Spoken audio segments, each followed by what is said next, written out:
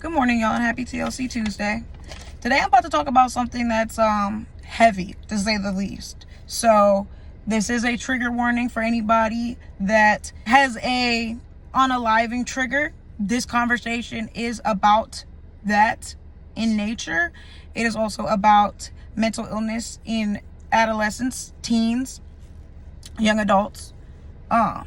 So that being said, if you are not the type of person that has the wherewithal to be able to handle a conversation about that, that is a-okay. I completely understand. It is very sensitive. It is very difficult to talk about, especially if you have any personal experience with it. So I thank you for stepping in, and I excuse you if you need to step out, and I will see you in my next video.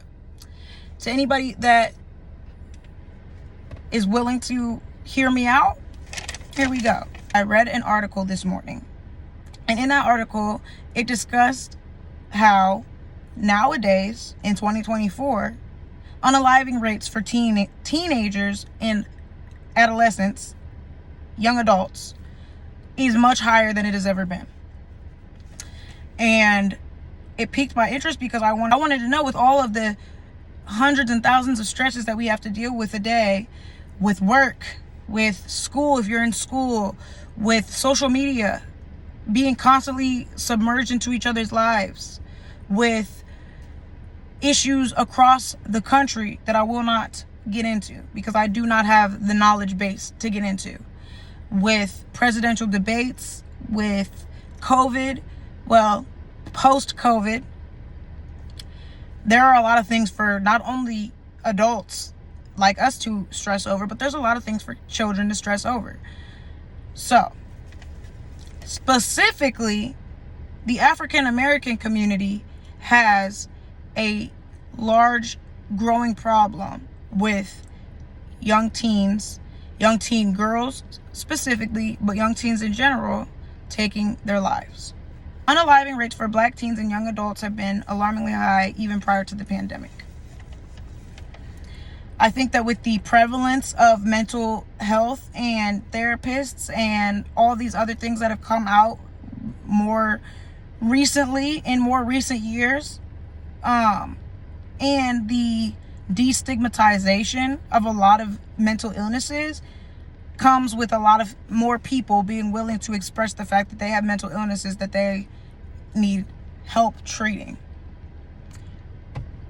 During the pandemic, a lot of grown people and kids alike were forced to stay home and deal with themselves and emotions that they were harboring away with countless distractions. COVID showed us how bad off we were, not only then, but prior, and what will continue in the aftermath. Kids and teens also have access to a plethora of social media sites, making it a dominant force for teens aged 13 to 17. So social media, just as toxic as it is for us adults, it's even more toxic for kids because their minds, they are adapting, they're growing, they're in their formative years. And when you are immersing a person that's in their formative years, that's learning a lot, into a world where so much information is widely available, it is a lot. It's overwhelming. It's overwhelming for an adult. It's extremely overwhelming for a kid. When I was in school, I grew up with laptops, MacBooks, Chromebooks, cell phones, all that.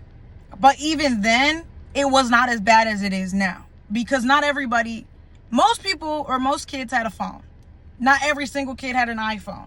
Not every single kid had access to an iPad and to all this other stuff. There was no AI back then. We had to cheat on tests a much more difficult way. Anyway, studies conducted in 2018 revealed that 95% of teens had access to a smartphone and 45% admitted they were online almost constantly. Can you imagine that? You're a teenager, online almost constantly. All that time that we were spending outside, running around, getting hot and sweaty and coming back in smelling like outside, these kids are going home and immediately getting on the phone. Not only are they going home and getting immediately on the phone, they're on the phone all day, and then they go home and they get immediately on the phone. Children of color being exposed to adult race issues from online posts is extremely damaging to their worldview, as it is with adults. What do I mean by that? Since we're talking about African American children, there are a lot of race issues that we see go on every other day. The most recent, we'll just talk about a reality TV situation that a lot of people know about. The most recent would be some colorist comments that have been made not only by reality stars but TikTokers. When you're a child and you are being exposed to that, it endangers your self-view. Because as an adult, I can say, yes, I am darker than this person. They do not like me because I am darker than them. And that is their problem. They're just a hateful person. As a kid, it is not so easy to say that. As a kid, there are times where you start to feel like, you know what? Maybe I'm the problem. Or maybe there's something wrong with me. Maybe I need to change myself. So you have these children questioning if they're even supposed to be who they are because of conversations that grown people who should have an understanding of who they are and the fact that they don't need to spread hate want to go online and do that. It's damaging to children. It's damaging to us as adults. It's extremely damaging to these kids because they do not have the same thick skin that we've built over the years.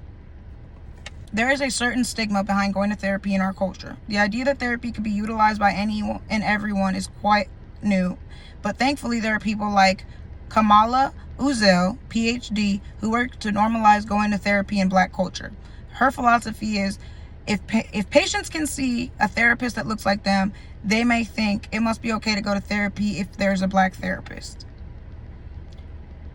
We, as a society, have a stigma that if you go to therapy, there's something wrong with you, you need help, you're sick, you're da-da-da-da-da. If a person suggests to you that therapy should be an option, you may start to feel as though you're being attacked. The reality of it is, I believe that regardless of if you have a mental health issue or not, a therapist is a very valuable resource. A therapist allows you to put things into a perspective that nobody else can put it into.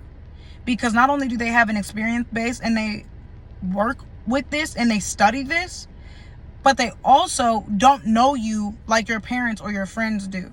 So they're not coming from any place of bias. Their only bias is to the truth, not to you, not to anybody else. Having a Black therapist as a Black woman is a very empowering feeling because not only does it show you we are successful, but it also shows you I'm not alone. Even people that look like me are willing to admit that they also have struggles that they may not be able to overcome as easily as they would be able to with a therapist. There are times as a people we tend to minimize our suffering and the suffering of others in order to cope. But where this becomes dangerous is where a person denies they need help with what they are facing and cannot take the pressure anymore. We tend to minimize. If there's an emotional struggle, we minimize it. If it's not a physical, we minimize it. Well, I can't see it. I can't touch it. It's not tangible. So get over it. You need to get over it. I need to get over it. Getting over it, that's great. If that needs to be done, then that's what needs to be done. But taking the steps to get over it in a healthy manner, that's very important. Extremely important. And we got to stop minimizing how we feel and how we look at the world. Because when you minimize things like that, when something extreme happens, you're caught off guard. You don't want to be caught off guard. There's no reason to. African American teenage girls surpassed their white and Hispanic counterparts in unaliving attempts. Additionally, deaths by unaliving among African American adolescent girls rose to 182% between 2001 and 2017. I'm going to say that again. Additionally, deaths by unaliving among African American adolescent girls rose to 182% between 2001 and 2017. And do you want to know what part of the culprit to that is? It's people looking at us black females and saying, you're fine. You're being delusional. You're being hysterical. You're fine. And, oh, by the way, not only mentally are we always told you're fine, but over years, we have been a part of a phenomenon of going to get treated for our physical pains and being told that our physical pains are all made up in our head. A woman can go years without being diagnosed with something. A black woman can go years without being diagnosed with something that they've had for a very long time, because a doctor will look at them in their face and tell them the pain that you're experiencing is all in your head. So if they say that about our physical pain, then what are they going to say about our emotional pain? That obviously is in our head. Think about it. That's another thing that needs to stop. Untreated mental illness is one of the leading causes of this, hence why you should take your mental health serious. Only 1 in 3 blacks who need mental health care receives it. 1 in 3. We need to get those numbers to be much, much higher. We need 2 and 3, 3 and 3. We need to not only make these things more affordable and accessible to black people that may not be able to afford it, but we need to break the stigma and have an understanding that it is okay to go and get help. It is okay to not be okay.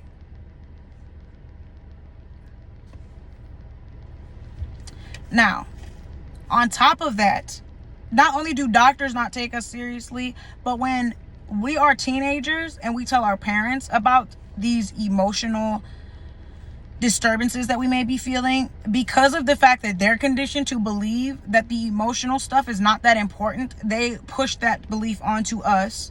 They tell us that it does not matter, it's not that bad, we don't know what we are talking about. And then when something really bad happens, they're caught off guard yet again because, well, I would have never foreseen this coming. It's too easy to explain away, oh, well, you're just a teenager and you're having hormones, and that is why you are feeling the way that you are feeling, and not because you may have a mental illness. It's too easy to do that and too easy to say that. We need to stop saying that. We need to stop doing that. We need to understand, yeah, it may be hormones. It may be a whole mixture of stuff. But if it's persistent, we need to look into it. We need to at least see what's going on. Thankfully, people of color and people in general are talking about mental health a lot more and breaking the stigma. Raising awareness is one of the most important things that you can do, as knowledge is power. So, that is why I'm here today, because knowledge is power. I think that the more people start talking about this type of stuff, the more we start to actually inflict change in the world. I want to also bring up the fact that I understand that as a parent, you can feel a bit like a failure when your child is not as well adjusted as you would like them to be. Because you gave it your all, you did everything that you could possibly do. There's no manual or rule book to being a parent. And you feel like, dang, I still couldn't give them what they needed emotionally. I experienced it with my own family. But I want you to understand that mental illness is not a personal failure. Mental illness is something that is going to affect a person whether they like it or not. There is no way around that. If a person is mentally ill, they just are. It's not anyone's fault. It's not their fault. It's not their parents' fault. It's none of that. You got to get out of that type of thinking and understand it's not failing unless you know that there's a problem and you don't do anything about it. That's a failure. But it happening, that's not a failure. Be there for your kid. Be supportive to your kid. Help push them along the path of there is something going on and we're going to make sure that we figure it out. And from my personal experience, once the parent makes that decision that, hey, I'm going to help you along this journey, I'm going to make sure that you heal, the healing just comes.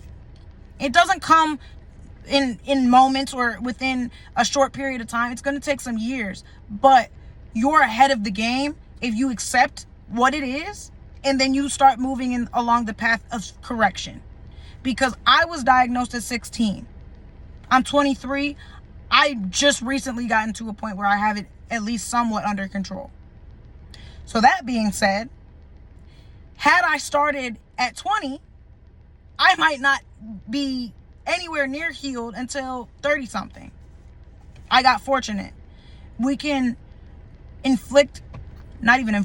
we can duplicate that fortunate situation in other people if we just pay attention to when a person tells us that it might be something more than just hormones, mom. It might just be something a little bit more than I'm having a bad day.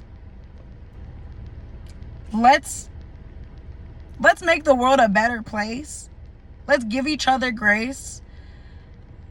Let's help this future generation that's coming up to not have to be so immersed in a world that does not nurture and foster an environment to make your mental better. One day at a time, one step at a time, one person at a time, we can inflict real change. We just have to actually believe that change could be found. That being said, I hope everybody has a wonderful TLC Tuesday. Bye.